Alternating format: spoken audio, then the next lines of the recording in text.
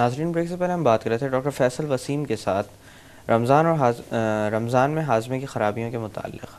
آئیے بات چیت کا سلسلہ آگے بڑھائیں. ڈاکٹر صاحب، جیسے کہ بات ہو رہی تھی ان شکایات کی جو کہ دوران رمضان خصوصاً ہاضمے سے تعلق رکھتے ہوئے سامنے آتی ہیں. آپ نے بتایا تھا ایسیڈیٹی کے اندر اگر اس چیز کو اس سلسلے میں اگر بر وقت ڈاکٹر سے رجوع نہ کیا جائے تو آگے چل کر یہ معاملہ پیچیدگیوں کا بھی باعث بن سکتا ہے، جس کے اندر السر یا آنت کا پھٹ جانا اتنے خطرناک معاملات بھی سامنے آ سکتے ہیں. اس حوالے سے میں آپ سے یہ پوچھنا چاہوں گا کہ کیونکہ ایسیڈیٹی کی بنیاد پر تکلیف ہونا یہ بہت عام معاملہ ہے، کب یہ تکلیف ایک سیریس رخ اختیار کر گئی، اس چیز کے بارے میں مریض کیسے جان سکتا ہے، یا کب اس چیز کو فوری طور پر یہ ایمرجنسی کے طور پر ڈیل کرنا چاہیے؟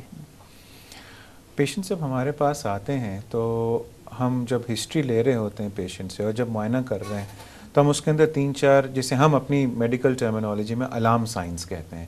وہ الارم سائنس ایسی کوئی چیز ہے جس پہ ہمیں انویسٹیگیٹ کرنا یعنی کہ تشخیص کرنا بہت ضروری ہو جاتا ہے. صرف دوائی یا نسخے پہ بات نہیں چھوڑی جا سکتی ہے.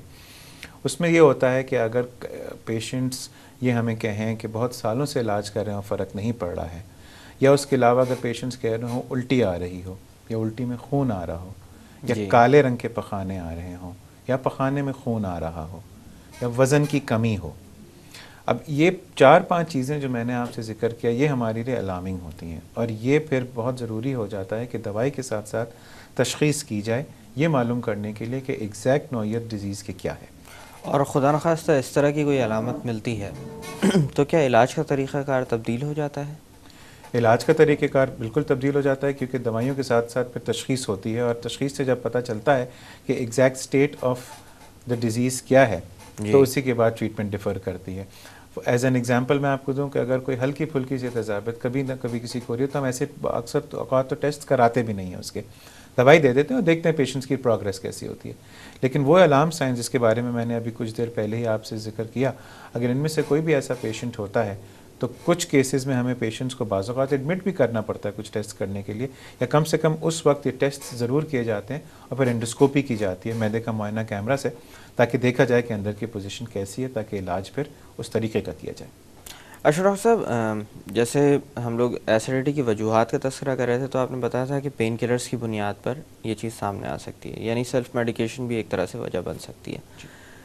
لیکن اس بیماری کے ساتھ بھی سیلف میڈیکیشن کا بڑا گہرا تعلق ہے. جن لوگوں کو ایسیڈیٹی ہوتی ہے ان کو کچھ مخصوص دواؤں کے نام پتہ ہوتے ہیں کہ وہ تیزابیت کی شکایت جیسے ہی بڑھے وہ لے لی جائے، اور یہ چیز میں نے دیکھی ہے کہ کافی متواتر استعمال کی جاتی ہیں اس طرح کی دوائیں، بلکہ بہت سارے لوگ تو شاید اور کسی علاج کی طرف جاتے ہی نہیں ہیں، وہ ان مخصوص دواؤں کے بارے میں جاننے کے بعد ان کا استعمال کافی عرصے تک رکھتے ہیں.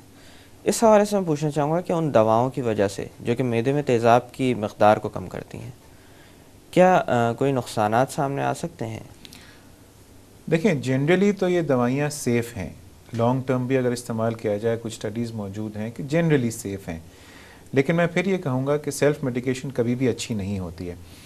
ہمارے لیے ایک وجہ تشخیص کی انویسٹیگیشن کی ایک یہ بھی ہوتی ہے کہ پیشنٹس جن کو بار بار دوائی لینے کی ضرورت پڑتی ہے یا دوائی کے بعد وہ ٹھیک نہیں ہوتے، اور جن پیشنٹس کی آپ بات کر رہے ہیں جو کہ سیلف میڈیکیشن کرتے ہیں وہ یہی پیشنٹس ہوتے ہیں. کیونکہ اگر بار بار دوائی لینے کی ضرورت پڑتی ہے اس کا مطلب ہے دوائی جو ہے وہ صرف مسئلے کو دبا رہی ہے، ختم نہیں کر رہی ہے، اور جو بھی ایشو ہے جو بھی پرابلم ہے معدے میں جس کی وجہ سے وہ دوائیاں لے رہے ہیں اس کو وقت مل رہا ہے بڑھنے کا. تو اس چیز کو بہت ہی زیادہ ڈسکریج کرنا چاہیے. ہم بھی کرتے ہیں کلینک میں، اور ہم اپنے پیشنٹ سے یہ کہتے ہیں کہ اگر بار بار ضرورت پڑ رہی ہے تو اس کا مطلب یہ ہے کہ آپ کی باڈی آپ کو ایک سگنل دے رہی ہے ٹیسٹ کرنے کے لیے اپنے آپ کو کسی ڈاکٹر سے ملنے کا، تو اس کو اگنور نہ کیا جائے. اشرف صاحب، رمضان کے ساتھ ایک چیز اور جو دیکھی گئی ہے وہ یہ ہے کہ روزے کے دوران سگریٹ نوشی سے بھی لوگ پرہیز کرتے ہیں. جو لوگ سگریٹ نوشی کرتے ہیں خاصے عرصے سے کرتے آ رہے ہیں، ان کے اندر جو نظام ہضم ہوتا ہے وہ بھی کسی حد تک سگریٹ کا عادی ہو چکا ہوتا ہے. تو اس بنیاد پر جو ان کو مسائل پیش آتے ہیں، مثال کے طور پر کانسٹیپیشن یا گیسز وغیرہ کا جو پرابلمس سامنے آتے ہیں، اس کے اوپر کیسے قابو پایا جا سکتا ہے؟ اور کیونکہ بہت سارے لوگ ایسے ہیں جو کہ اپنی صحت کو بہت زیادہ ترجیح بھی دیتے ہیں اور اس بری عادت سے نجات بھی حاصل کرنا چاہتے ہیں، اور خاص کر اس مہینے کو تو بڑا مبارک تصور کیا جاتا ہے اگر آپ اس طرح کی عادات سے اپنے آپ کو الگ کرنا چاہیں تو اس حوالے سے میں پوچھنا چاہوں گا کہ اس طرح کی اگر علامتیں سامنے آنا شروع ہو جائیں خاص کر ایڈکشن کے ساتھ، تو کتنے عرصے کے لیے ہوتی ہیں اور کیا کچھ عرصے بعد آپ کا نظام ہضم واپس نارمل کام کرنا شروع کر دیتا ہے؟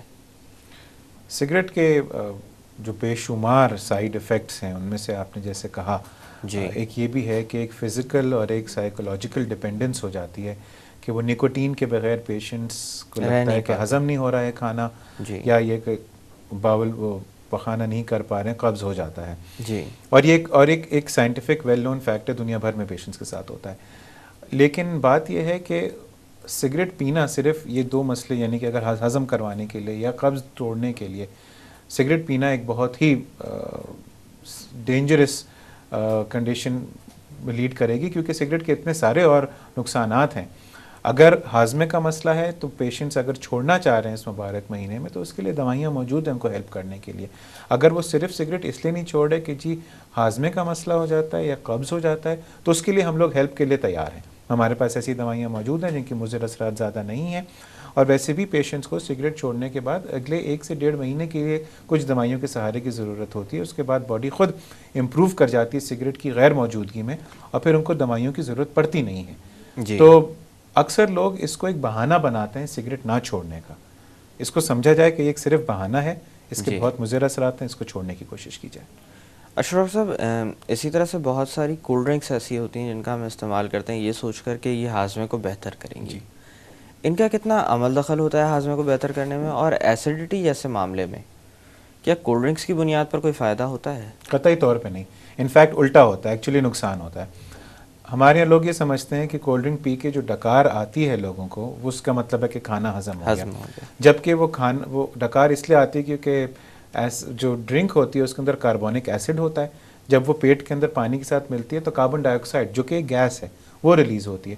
تو جو گیس تھی لیکوڈ کے اندر جو ہم نے پی ہے وہی گیس باہر آ گئی ہے. اس میں کوئی ہاضمہ نہیں ہوا ہے، اس میں معدے پہ کوئی اثر نہیں ہوا، بلکہ نقصان ہی ہوا کیونکہ اس کے اندر کاربونک ایسڈ ہوتی ہے، یعنی ایسڈ کی کوانٹٹی بڑھ جاتی. تو اگین یہ سافٹ ڈرنک کا استعمال کرنا محض صرف ہاضمے کو ایڈ کرنے کے لیے ایک بالکل ہی غلط کانسیپٹ ہے. اس کو ڈسکریج کرنا چاہیے.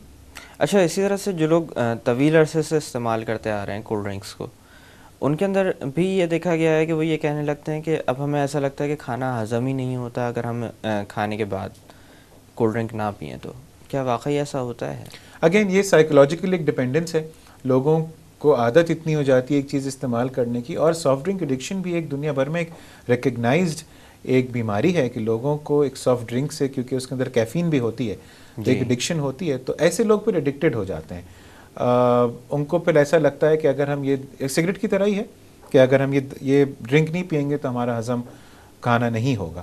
اگین میں ان سے یہ کہوں گا کہ ڈرنک کے مضر اثرات بہت ہیں. 1-2 دفعہ اگر آپ کبھی پی رہے ہیں تو ٹھیک ہے، لیکن ایڈکشن کی حد تک اگر بات ہے کہ نہیں پئیں گے اور ہضم ہی نہیں ہوگا تو پھر اس کے لیے بہت ساری ایسی دوائیاں موجود ہیں جن کے اس سے کئی کم مضر اثرات ہیں.